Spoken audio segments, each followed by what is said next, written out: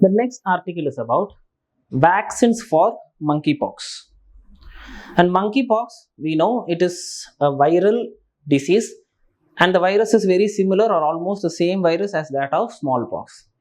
And Democratic Republic of Congo is called as the epicenter of monkeypox. Apart from this Democratic Republic of Congo, the other important country is Nigeria. These are some important details. And talking about this virus is of two types. Just look here. One is clade 1 and clade 2. And clade 1 is again subtyped as clade 1A and 1B. And clade B is also again called as clade 1B, and then the last one is clade 2. So clade 1 and clade 2 are there, and as of now it is reported in 121 countries. And for the first time monkeypox was found in 1970 in humans, and now the largely spreading virus is clade 1B variant. And if you see here, clade 1 variant is more deadlier. That is, for fatality rate will be very high here. And but clade 1B, the second one, it transmits more rapidly, but clade 1 is more dangerous. And clade 1A is mostly coming from animals. And the new variant now, clade 1B, the variant that is spreading very badly, that variant affects women and children more than others. These are some important prelims facts. Try to note them. And what about the vaccination? And as we already know, it is the similar virus of smallpox, but it is less deadly. Fatality rate is less compared to smallpox, but spreading is more faster than smallpox. Monkeypox spreads faster than smallpox. And there are three important vaccines which are commonly used. One is MVA, Modified Vaccine Ankara. It is made by a Denmark-based company, and it has been approved by many countries across the world. The second one is LC16M8. This is made by Japan, and it's only approved in Japan. Next one, ACAM2000. This is made by a US company, and it is approved by the FDA as well. So these are the three important vaccines. And the important point here is these vaccines are very expensive. So which means that it is not affordable to normal people, and particularly when this disease is spreading in countries like Congo and Nigeria, there will be a huge fatality if the vaccine does not reach the people. But it's too costly. How will it reach? When there is a pandemic situation, what happens is these vaccines will be procured by two organizations called as Gavi and UNICEF. What is this Gavi? Global Alliance for Vaccines and Immunization. But it is not always. When Gavi and UNICEF will purchase these vaccines and give it to those people is only when WHO declares it as an emergency use listing. That particular vaccine should be declared as emergency use listing. And the criticism in this Mpox case is, they say WHO is acting very slowly, they did not declare it soon. But WHO says it's not our mistake, there is actually a procedure for that. What is the procedure? Look here, companies will have to submit efficacy and safety data about their products. Only after this data is published, then WHO can list it in that emergency use listing product. Now, will the companies list it? Just think, if they are going to list it, they are going to give it for low cost. So they are trying to make it late, and because of that, WHO is not declaring it, and because of that, the vaccines are not reaching the people. It's a grave situation here. And the important point about this vaccine is, vaccines are normally given before the disease is caught. But here, see here, even after the person comes into contact with the virus, this vaccine can be given, but within 4 days. So once a person is affected with this virus, within 4 days, if this vaccine is given, it will work. That is the idea about this vaccine.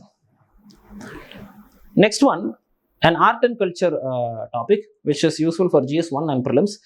It's about a person called Saktan Tampuran from Thrissur. And his real name was Raja Ramavarma Kunjipillai or Ramavarma the 9th. He was a Cochin king from 1790 to 1805. And in the important details about him is, he always wanted to have a friendly relationship with British people and Dutch people during that time. So we can see that the years are during the European people who are in India. And he is known to have orchestrated the Mysore's attempt to invade Travancore kingdom. We know in history that when Mysore kingdom tried to invade Travancore, British came in and said that Travancore is under the protection of British. You went and attacked them, so we will come and attack you. That is how the third Anglo-Mysore war started between British and Tipu Sultan. And it is said that it is this Tampuran who actually orchestrated this, so that already Cochin was under the control of Mysore. See here how he has orchestrated it. Cochin is under the control of Mysore, but he wants to free it, but it's not possible. He cannot go and fight against Tipu Sultan. So what he did, he somehow orchestrated that Mysore to go and attack Travancore. But Travancore is under the control of British. So what the British did, they went to war against Mysore. Mysore was, in the third Anglo-Mysore war, we know Mysore lost. So once that lost, even Cochin was freed, because this king actually had good relations with the British as well. That is one important thing. And this all happened during with the help of Pawnee Treaty. After the Mysore kingdom lost to the British kingdom, they signed something called Pawnee Treaty. According to this Pawnee Treaty, Cochin was left from Mysore and he became an independent ruler. And another important point is, he put an end to Yogi Atripads. So who are these Yogi Atripads? They are actually spiritual heads of Vadakunathan temple and Perumanam temples. And these people, they were holding control of all these temples, and he freed them and brought the temples under his control, under government's control. And he is also known to have freed the kingdom from crime, it seems. That is one more important point about him. And he transferred the seat of Cochin kingdom, the headquarters of Cochin, from Tirupunithura to Thrissur. He did that as well. And then another point is, he started the Thrissur Puram festival in 1971. He started this as an alternative to another festival that was happening at that time called as Arattupula Puram. So he started the Thrissur Puram festival in 1979. And this festival happens in the Vadakunathan temple, in which the presiding deity is Lord Shiva. So this has lot of prelims details. Try to note them down, and we will of course give the document. Please download it from the description. And the next topic is a famous topic again, coming back, the Collegium System. The Supreme Court has intervened in the decision of the High Court Collegium. So there are two collegiums we know, High Court Collegium and Supreme Court Collegium. High Court Collegium has taken some decision and the Supreme Court has intervened in that, and we are going to see why it is that, and we are also going to see some background about it. So how judges are appointed to High Courts? This is actually said in two cases, 1993 second judge's case and 1998 third judge's case. And 1993 second judge's case, the case is also called Supreme Court Advocates on Record Association versus Union of India case. This second judge's case said there will be a collegium, and the recommendation of the collegium, that is the Supreme Court Collegium, is binding to the center. The center cannot change the judges. The center will actually appoint the judges. How? The Supreme Court SC Collegium, they will recommend the names of the judges and the center has to just appoint them. The center's job is to just appoint, nothing. They don't choose the judges. This is what the second judge's case is said. And the third judge's case, this said how the collegium will actually function. What is a collegium? The CJI and the two senior most judges of the Supreme Court, this is what is called as the collegium. And once they choose the judges for High Court, I am saying for High Court, they will have to go and consult that particular High Court. Let us say they are going to choose and appoint two judges for the Madras High Court. So after choosing the judges, they also have to consult with the Madras High Court Collegium as well. What is the High Court Collegium? The senior most Supreme Court judge from that High Court and the Chief Justice of that High Court. And apart from that, people who are knowledgeable about that High Court. So these people will be consulted.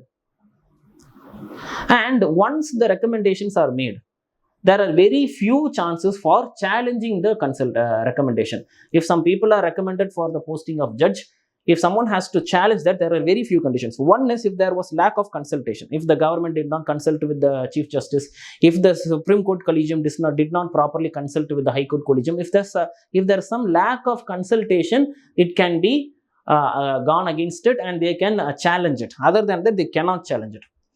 Or the second option is if that particular person is not eligible. And what is eligible and not eligible? The list of conditions for being eligible is mentioned in Article 217 for High Court judges and 124 for Supreme Court judges. Very important. the eligibility criteria for judges to be appointed as High Court is defined in, or it is given in the Article 270, and for Supreme Court it is given in Article 124. And apart from the second judge's case and third judge's case, in 1998 there was a memorandum of procedure also signed. This gives the detailed process for the appointment of High Court judges. See the process here. The Chief Justice of the High Court must consult with two other senior most judges of the High Court. Now, we know that Chief Justice of High Court and two senior most judges, that is called as High Court Collegium. And this recommendation is sent to, we can say something like the state government, Chief Minister plus the Governor and the CJI. So, group of these three people, Chief Minister, Governor and Chief Justice of India, that is the Chief Justice of Supreme Court. And based on this advice, the Chief Minister will send this proposal to the Central Ministry, Ministry of Law and Justice. And they will conduct a background check. And then finally send the material again to the Chief Justice of India, who will again consult it with the Supreme Court Collegium. And then the appointment will be made. These steps were said in the MOP that was created in 1998. If you haven't understood this properly, watch this once again, or you can go download the document and read it properly. And what is the recent case now? High Court Collegium, they are responsible for appointing the district judges. They appointed two people as district judges and they sent the detail to Supreme Court, and the Supreme Court sent it back for reconsideration. Why? Because two judges filed a case. That is Singh and Malhotra. These two people, they filed a case saying that seniority was not considered while appointing the judges. So, should seniority be considered? Actually, it is yes. Both the second judge's case and the third judge's case, they say that while appointing a judge for any court, it is the senior most judges next who are standing in the queue. They have to be first given for the recommendation. If there is some problem, they don't want to be, or there is some eligibility issue, then they can go for the next judges. But first thing is for the seniors. But the seniority was not considered, and that is why there is a case now. Okay, so I hope you would have known the complete details about this High Court and Supreme Court Collegium. This is a famous question. Try to note it down. And now we'll go to the next topic. The next topic is about salt pans in Mumbai. There is some controversy going on in this salt pans. So first, what is a salt pan? Salt pans are low-lying lands in the coastal region, particularly in Mumbai. The sea water, it will come in, it will stay there for some time, it will leave the salt and minerals there, and the water will go back. And after evaporation happens, the salt will stay there. Shallow, small, thin layers of salt is staying there. And this one important reason for the importance of this is it controls sea water from coming into the city. That is one thing. Even when there is rainwater will be collected there and it will slowly seep in. So it is helping Mumbai from not getting flooded. That is the importance of this salt pan. Now, what is the problem here? There is somewhere about 250 acres of salt pan. It is being transferred to Mumbai Dharavi Development Project Limited. That is, there is a vision for Mumbai state government or a project which says that they want to create a Mumbai that is slum free. They want to clear the slums. So how to clear the slums? They have to clear the people living in the slums. How that can happen? You have to build houses or another place of stay for those people and relocate them so that the slum can be cleared. So, but the problem is, Mumbai, we know, is a very costly city. Land is too costly there. There is no land available at all. So, how to make land for the slums now? The only way is the leftover land, that is salt pans, going to use that. But environmentalists are against this because of the reasons that I told you right now. And so far, until now, these salt pans are under the Coastal Regulation Zone. That is Coastal Regulation Zone 1B category. Under 1B category, it means that no economic activity can take place, but there are some exceptions. That is, salt extraction can happen and natural gas exploration also can happen. And one more important thing is, the salt pan lands are approximately 9 times the size of Dharavi. So they are saying like, why so much land should be given? That is one more question. And another important point is, as far as India is considered, the state that has largest area of salt pans, first is Andhra, second is Tamil Nadu, third is Maharashtra. Try to know these details for prelims. And CRZ norms, it comes under Ministry of Environment and Forest. This is another important detail. And who is the authority controlling this slum rehabilitation in Mumbai? Some rehabilitation authority scheme. So SRA, this is the team that is wanting to convert the salt pans into places of stay or rehabilitation for slum region. And we know that these salt pans are located in low lying areas. So when there are heavy rains also, it is accumulated there. We already saw these points. And apart from this, one more important reason for the salt pans is environmentalist says many birds and insect species are here. If you are going to touch that, it might get into extinction of that as well. So they don't want, environmentalists don't want to touch the salt pan, but there's no way, unless you touch the salt pans, you cannot rehabilitate the slums. So we have to wait and see what happens next. Next topic, again another topic about environment for prelims and for GS3 important. They say that 40% of Amazon rainforests are unprotected, but these are most vital to climate, Amazon forest, but 40% of it is not at all protected. And prelims point here is which countries cover this forest: Peru, Brazil, French Guiana and Suriname. And the best protected region is in Peru. That is what they say. Peru protects higher proportion of this forest areas. This is one another important point. Amazon forests contain 71.5 billion tons of carbon. That is double the global carbon dioxide emissions for 2022, which means that if this Amazon forest is going to be burnt or if it is not protected, how much carbon it will send out to the atmosphere? More than double, which is already being emitted. So which is very dangerous. So that is what this article is trying to say us. Now we'll go to the next article, important article, very important article for this UPSC here. Ayushman Bharat scheme has been extended for elderly people. So now the question is whether Ayushman Bharat scheme was not there for elderly people earlier on. No, it was already there. But now something special is given for elderly people. What does elderly people mean here? Those people who are above 70 years of age. 70 வயசுக்கு மேல ஆனவங்க இதெல்லாம் elderly people அப்படின்ற டேர்ம்ல வந்து கொண்டுட்டு வைக்கிறாங்க. So what is going to be given new now? 5 lakh health cover for 1 year will be given for elderly people. So already Ayushman Bharat schemeல 5 lakhs தான கொடுத்திருந்தாங்க ஒரு ஃபேமிலிக்கு அப்படினா, yes, that is already there. Beyond that, this will be there. Now let us say there are 5 people in a family. In that 5 people, for 5 of them together, 5 lakh rupees for 1 year was already given in Ayushman Bharat scheme. Now among the 5 people, let us say one person is above 70 years. For that person alone, extra 5 lakh is given now. The rest of the 4 people can use the original 5 lakh rupees in the Ayushman Bharat scheme.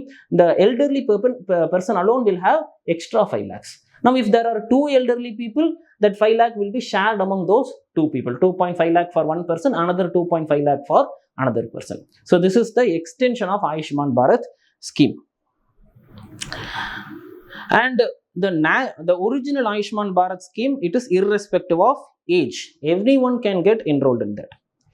And the extension of this scheme, it is one of the promises of BJP in the Lok Sabha polls, and now they are actually executing that promise. And how to get recorded in this scheme? One is you can use the Ayushman app, or you can go to the Ayushman Bharat counter in any government hospital. You can go and register yourself. Another important thing is face authorization is enabled. Why? Normally you give your fingerprint, but here since these people are aged people, their fingerprint might not work properly, so face authorization is also enabled here. The second important point. The original Ayushman Bharat scheme already covers 25 packages which are geriatric. Geriatric means elderly people. So வயசானவங்களுக்கு already 25 package இருக்கு, but apart from that now we are giving separate 5 lakh for elderly people. Now what happens? Now this point is important. These points which I am going to tell you now are really important. What happens if they already have some other insurance scheme? If they already have some insurance scheme, a central government health scheme or ex-serviceman contributory health scheme like that, then it is up to them. They can choose anyone. Either this Ayushman Bharat extension or already the scheme that they have, like ex-serviceman scheme or central government health scheme or anything.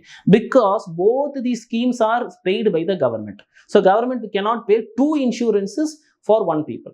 one person. So they say you can choose anyone.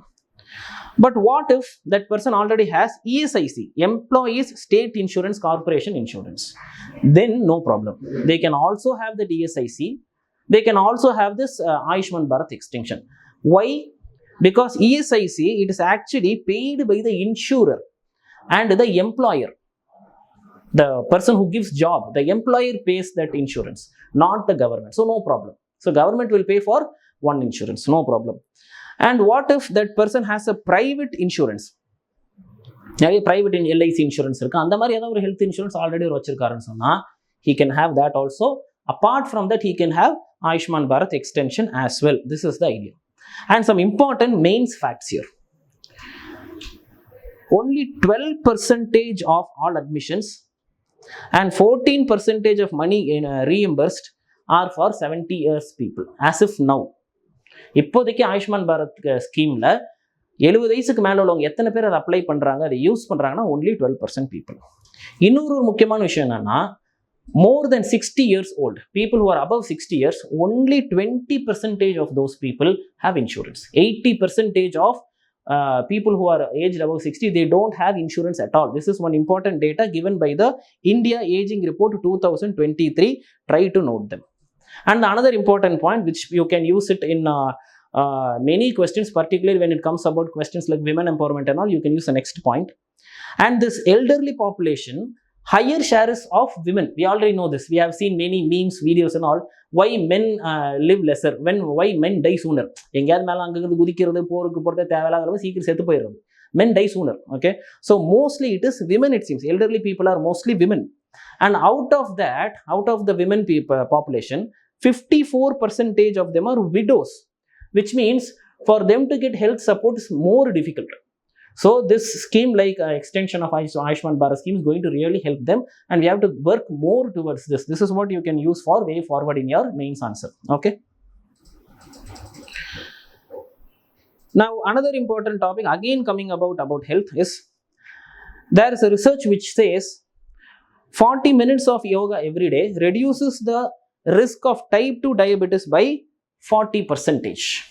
This is a big data actually. In India, 10 million people are living with diabetes. 101 million people are living with diabetes, and 136 million people are living with pre-diabetic condition. Anytime they could get diabetes. So this is a grave situation here. In that condition, if something is saying that if you do 40 minutes of yoga every day, there's a very high chances of you reducing diabetes or not getting diabetes. It is something we have to follow. And another important point that it is saying here is, doing yoga reduces the glycemic index in the blood, it seems. Which means if someone already has diabetes, doing yoga can cure them from diabetes. This is what this data say here. So try to know this, and you can use it in mains answer particularly. And the next one is about the Battle of Saragarhi, 1897. We are just recalling it, 127th anniversary. We'll see some small details about it. This battle is about only 21 soldiers from the Sikh regiment. They fought against 8,000 to 12,000 Afridi and Orakzai tribal warriors, and they also held that post until the reinforcements from the British government came. So they are hailed a lot for this, because for their bravery. This fort was actually built by Ranjit Singh. Later the British people renamed it as Fort Lockhart and Fort Gulistan. So some important details that you can note here. That's it about it. No much details are here. And another art and culture article here, it is about the Sanchi Stupa, and how Sanchi Stupa, the replica of Sanchi Stupa, is present in Europe. But actually when Sanchi Stupa was discovered, many some archaeologists, some British people, European people, they tried to somehow break down the stupa into small piece by piece and take it to Europe somehow, but it was too large for that, so it escaped and it stayed here. So most of the European countries are now just having replicas made of plaster of Paris. So that is the news here, and we have to see some important details. What are stupas? They are burial mounds. So what they will do, they'll keep the important relics of Buddhist monks, or even actually the Buddha's relics are kept inside, and above that they'll build a mount, and people will see it as a worship place. There's even a circumambulatory path where they will walk around, like walking around a temple and all. And one more important thing, the Humboldt Forum Museum in Berlin, it has a replica of this stupa. So the question simply could be Humboldt Forum Museum. Where is it? In Berlin. In 2000, I think so, 13 or 14, there was such a question. They gave a museum name and asked which country it is. It was in France. So that such questions are being asked in UPSC. Try to note them down. And these we say these are mostly used in Buddhist culture, but actually they are pre-Buddhist burial mounds. They did not originate during Buddhist period, or they do not belong to the Buddhist religion. It was present even before the invention of Buddhism itself. Okay, it was there in India already. But this Sanchi Stupa, it was built by Emperor Ashoka, and it is the largest and the oldest stupa in the world, and it is built by Ashoka in the 3rd century BCE. All these details are important, and the construction was overseen by Ashoka's wife Devi, and only the stupa was first built, and around this stupa 4 toranas were built. Torana like pillars, okay, on the madri. And this was actually built not during Ashoka, it was built during Satavahana dynasty during the 1st century BC, that is, which means after nearly 200 years after Ashoka, the Toranas were built. And some other important facts here. It was actually discovered first by Henry Taylor in 1818. Later, Alexander Cunningham, who is actually the founder of Archaeological Survey of India, he led the first formal survey and excavations in Sanchi in 1851. Simply, stupa was discovered in 1818. Later, excavations were done only in 1851 by Alexander Cunningham. And like the Torana, there is another structure in the stupa, that is Shalabanchika. What is a Shalabanchika? It is a fertility emblem represented by Yakshi grasping the branch of a tree. We know Yakshis are like demigods. They are present in Hinduism, they are present in Buddhism, they also are present in Jainism. This is also a PYQ. Okay, so try to note that down. We'll see the next article. Now let's see the next article.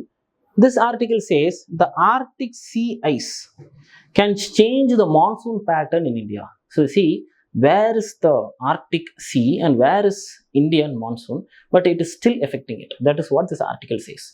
And this article is really important because it has many new details about the Indian monsoon. What we know about the monsoon is the trade winds, when they cross the equator and they move towards the north during the summer.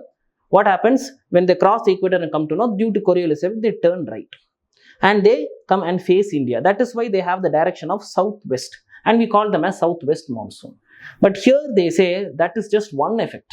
There are various other factors which are affecting this monsoon. So this could be completely a convectional question as well. So try to know all these details as much as possible. Recently there were heavy rains in Gujarat and Himachal Pradesh and Delhi and all, but these rains were unpredictable. We earlier in this video itself we saw that we were supposed to have less rainfall due to El Nino, but here we are seeing more rainfall in some parts of India. Here they are even splitting whether different parts of India, northwest India, northeast India, like that, depending on the ice levels in the Arctic, different parts of India the rainfall can change and trigger, it seems. That is what they mean here. Now the monsoon of India, it is getting affected by things like surface temperature, pressure gradient, air current, and also the sea ice. That is what they say. And recently the Indian National Center for Polar and Ocean Research, shortly called as NCPOR, which is under the Ministry of Earth Sciences, note it down, it's important, along with South Korea's Polar Research Institute, they have found this new data, that is Arctic sea is affecting the Indian monsoon. Now these researchers say that the surface temperature of Indian Ocean, also Atlantic Ocean and Pacific Ocean affect the Indian southwest monsoon, they say. It is not just the Indian Ocean, it is even the Pacific Ocean and Atlantic Ocean, and their surface temperatures are affecting the Indian monsoon. And they are introducing a new term here, important, circumglobal teleconnection, shortly CGT. It is a large scale atmospheric wave flowing at the mid latitudes. Very important, it is flowing at the mid latitudes. We already saw such a wind in the last year's current affairs, Pineapple Express. Remember, that is completely different. This is something completely different called a circumglobal teleconnection. It is a large-scale atmospheric wave flowing in the mid-latitudes. And this is also affecting the Indian monsoon. Now see here, Arctic ice levels affect atmospheric circulations. That in turn affect the Indian monsoon. So they are this we saw that small wind that is blowing in the mid latitude, right? That is actually affected by this Arctic ice, and in turn it affects the complete air circulation of the earth, and that affects the Indian monsoon. Now the scientists have found that when sea levels in the Arctic increase, the heat transferred from the ocean to the atmosphere triggers a cyclonic circulation in the lower latitudes, such like places in the North Atlantic. So now look here, if this is the Arctic region, because of this, if the ice increases here, here in the Atlantic region there is a circulation created, like a cyclonic circulation is created here. And this circulation, what it does, it increases the size or increases the strength of the Rosby waves. We know what are Rosby waves, right? Those waves like are moving like loops in the mid latitudes. They are actually the jet streams which they turn into loops. Then they are called as Rosby waves. We know this. And Rosby waves are created because of the rotation of the earth and difference in temperature. That is why this Rosby waves are created. Important prelims fact. And when this loop moves, and when this loop becomes even more distinct, cold air across the planet is pushed. Cold air is pushed into the lower parts of the latitudes. Now the enhanced Rosby waves result in high pressure over the northwest India. Very important, again, prelims fact. So Rosby waves will increase high pressure over northwest India, and at the same time low pressure over Mediterranean Sea. So two facts is caused here. This article I am going slow because it is new, it has lot of facts. So see here, Arctic size, when it increases, it creates a circulation in the Atlantic Ocean that increases the Rosby waves, and Rosby waves, when that strengthens, it causes a high pressure region in the northwestern part of India and low pressure in the Mediterranean region. So what happens? High pressure to low pressure, wind will definitely flow. Now this strengthens a narrow concentrated band of wind, and this is called Asian jet stream, and it moves over the Caspian Sea. And this causes a subtropical easterly jet. Why? Because northwest India is having high pressure, Mediterranean is having low pressure, so wind will blow from high pressure to low pressure, from east to west. So that is looking like a jet stream but moving from east. So that is why they are calling it as subtropical easterly jet stream. And this subtropical easterly jet stream, this causes the northward shift of jet stream blowing over the Indian subcontinent. So because of this, what happens? The India மேல போயிட்டு இருக்க அந்த jet stream வந்துட்டு north நோக்கி move ஆகும். This pulls the monsoon inside. That is what they say here. So monsoon is not a single factor. There are many things happening here. Now they are talking about the counter condition. Earlier we spoke about ice level increasing in the Atlantic. In the Arctic. அப்போ என்ன ஆகும்னு சொன்னோம் நம்ம, அதனால Rosby waves increase ஆகுது. Rosby waves-னால north west இந்தியாவில் வந்துட்டு high pressure உருவாகுது. Now what happens when ice level lowers in the Arctic region, particularly in the Barents Sea region? Where is Barents Sea? It is just above somewhere over here, Norway. So here we have Barents Sea.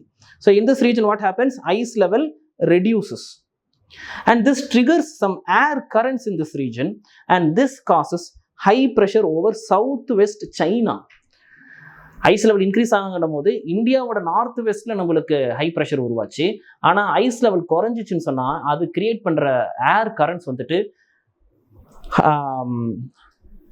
சைனாவுடைய south ஈஸ்ட்ல high ப்ரெஷரை cos பண்ணுது. And this causes a positive Arctic oscillation, and this causes high pressure over the north Atlantic and Pacific oceans also. And this weakens the CGT. What is CGT? That mid latitude wind ன்னு சொன்ன பார்த்தீங்கன்னா அந்த விண்டை வந்து இது week பண்ணி விட்டுறது. Now as ice level decreases எங்க Arctic ரீஜன்ல, பேரன்ஸ் காரா ரீஜன்ல, it creates an anti-cyclonic region. நம்மளுக்கு எப்பவுமே தெரியும், எப்பெல்லாம் ஆன்டி சைக்ளோன் சிச்சுவேஷன் கிரியேட் ஆகுதோ அங்கே மழை வராதுன்னு சொல்லி நமக்கு தெரியும். It causes calm and clear skies over northwest Europe. This disturbs upper atmospheric region over the subtropical Asia and also India. So anti-cyclonic condition யூரோப்ல உருவாச்சுன்னு சொன்னா இங்க இந்தியாவில் உள்ள அட்மாஸ்பியரிக் கண்டிஷன் அது டிஸ்டர்ப் பண்ணுது. Now this will cause moisture picked up from the surrounding water bodies, promoting high rainfall over northwest India. அப்போ இதுல இருந்து என்ன தெரியுது? Now we saw this entire article. We'll finish it in one word. Ice level when it increases, Northwest India has no rain. ஏன்னா north west இந்தியாவில் high ப்ரெஷர்னு சொன்னோம் அந்த டைமில். when ice level decreases, Northwest India has high rainfall. When Northwest India has high rainfall, what happens? Particularly if it's during winter, wheat cultivation increases. But if it's during summer, it causes flood. So that is what we saw in recent times. 2 months before, there was flood in Himachal Pradesh, Delhi, all this region. And why this flood happened? Because ice level decreased in Arctic Ocean. So, as far as India is considered, in one word, what is it? In Arctic, if ice is going to go low, it is dangerous for us. It is going to cause flood in Delhi. It is going to cause flood in Himachal Pradesh, Punjab, these regions. This is the one point you have to know. All other rest of the points, try to take down the facts from the article. And of course, this file will be uploaded in the description. Please download it and have a look at it as well. And we welcome your comments. If there is anything that you have to change, if you want us to make changes so that it will be better, please put in your comments. We'll try to do that. Thank you.